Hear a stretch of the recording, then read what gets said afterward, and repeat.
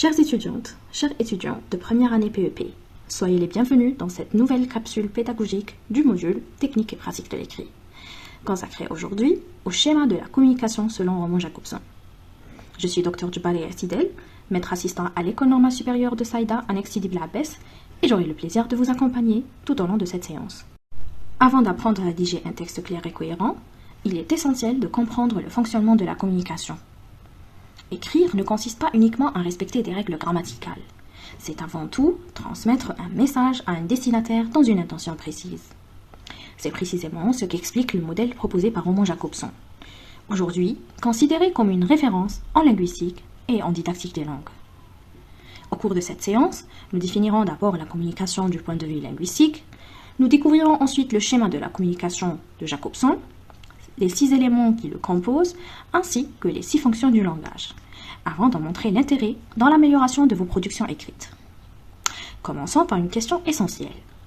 Que signifie réellement communiquer? Après avoir présenté l'objectif de cette séance, répondons à une question fondamentale. Qu'est-ce que la communication? Dans le langage courant, communiquer signifie échanger des informations. En linguistique, cette notion est plus large. Issu du latin, le terme signifie mettre en commun, partager ou rendre commun. La communication ne consiste donc pas uniquement à transmettre un message, mais à construire un sens partagé entre les interlocuteurs. D'un point de vue scientifique, elle peut être définie comme un processus d'échange de signification entre un émetteur et un récepteur au moyen d'un système de signes commun et dans une situation donnée. Cette définition montre que la communication dépend également du contexte et de l'interprétation du message. Ferdinand de Saussure souligne que la langue est un système de signes permettant la communication au sein d'une même communauté. Roman Jacobson prolonge cette réflexion en s'intéressant au fonctionnement de l'acte de la communication lui-même. Pour qu'une communication soit efficace, plusieurs conditions doivent être réunies. Les interlocuteurs doivent partager un même code linguistique, le message doit être adapté à la situation et pouvoir être correctement interprété. Prenons un exemple, un enseignant annonce à ses étudiants. Le contrôle continu est reporté à la semaine prochaine. Si les étudiants comprennent la langue et connaissent le contexte universitaire, le message sera correctement interprété. Dans le cas contraire, des incompréhensions peuvent apparaître. Cet exemple montre que communiquer ne consiste pas seulement à parler. Toute communication repose sur plusieurs éléments qui interagissent pour produire du sens. Intéressons-nous maintenant au modèle proposé par Roman Jacobson. Nous savons désormais que communiquer ne consiste pas uniquement à transmettre une information. Mais quels sont les éléments qui rendent une communication possible? Pour répondre à cette question, Roman Jacobson propose en 1960 un modèle devenu une référence dans les sciences du langage. Contrairement au modèle centré sur le seul émetteur et le récepteur, il montre que toute communication repose sur plusieurs éléments complémentaires qui interagissent pour produire du sens. Aujourd'hui, ce modèle demeure un outil essentiel pour analyser les échanges oraux comme les productions écrites. Découvrons à présent les 6 éléments qui composent toute situation de communication. Reprenons notre exemple. Le contrôle continu est reporté à la semaine prochaine. Derrière cette phrase apparemment simple, se trouvent plusieurs éléments indispensables au fonctionnement de la communication. Voyons maintenant quels sont ces éléments. Selon Roman Jacobson, toute situation de communication repose sur 6 éléments fondamentaux, étroitement liés. Si l'un d'entre eux fait défaut, la communication risque d'être compromise. Le premier élément est le destinateur, appelé également émetteur. Il s'agit de la personne qui produit le message. Dans notre exemple, le destinateur est l'enseignant. C'est celui qui formule le message dans une intention précise. Informer, expliquer, convaincre, interroger ou donner une consigne. Le deuxième élément est le destinataire, c'est-à-dire la personne à laquelle le message est adressé. Ici, les destinataires sont les étudiants. Le destinataire ne reçoit pas passivement le message. Il l'interprète en fonction de ses connaissances et de la situation. C'est pourquoi un même message peut être compris différemment selon les personnes. Le troisième élément est le message, c'est-à-dire le contenu transmis. Dans notre exemple, le message est « Le contrôle continu est reporté à la semaine prochaine. Il correspond à l'information communiquée par l'enseignant. Sa production dépend non seulement de son contenu, mais également de la manière dont il est formulé.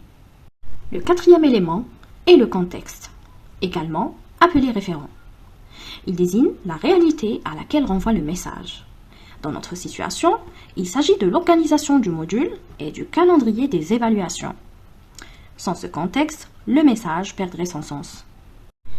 Le cinquième élément est le code, c'est-à-dire le système de signes partagés par les interlocuteurs. Dans notre exemple, le code est la langue française.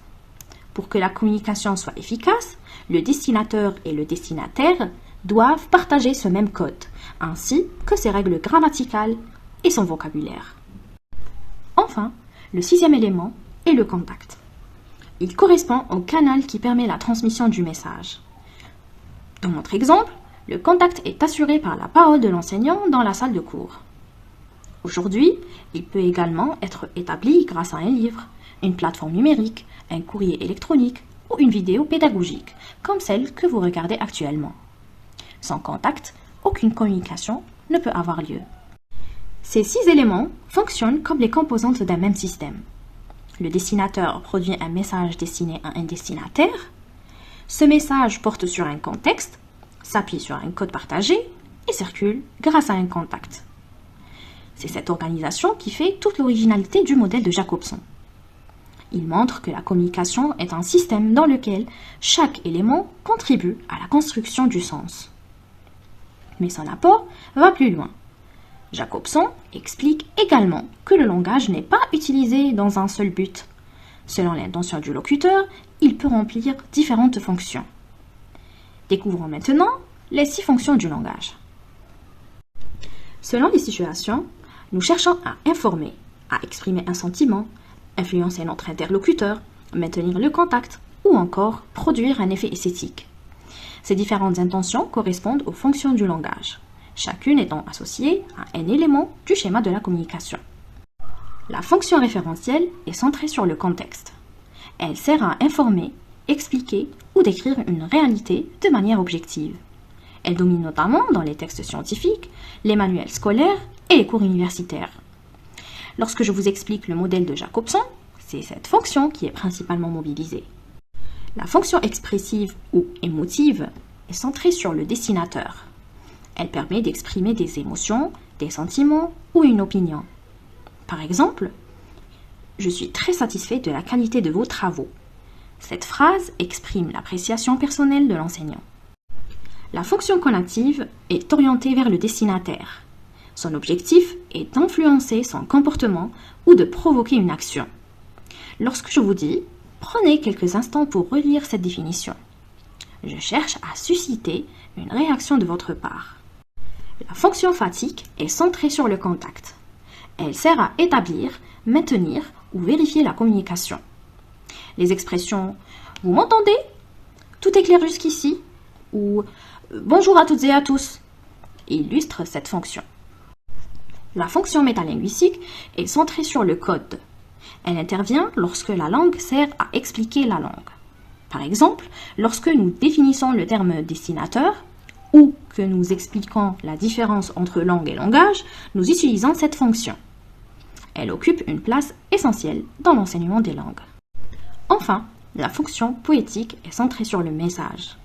Elle met en valeur la forme de l'énoncé, le choix des mots, le rythme, les sonorités ou les figures de style.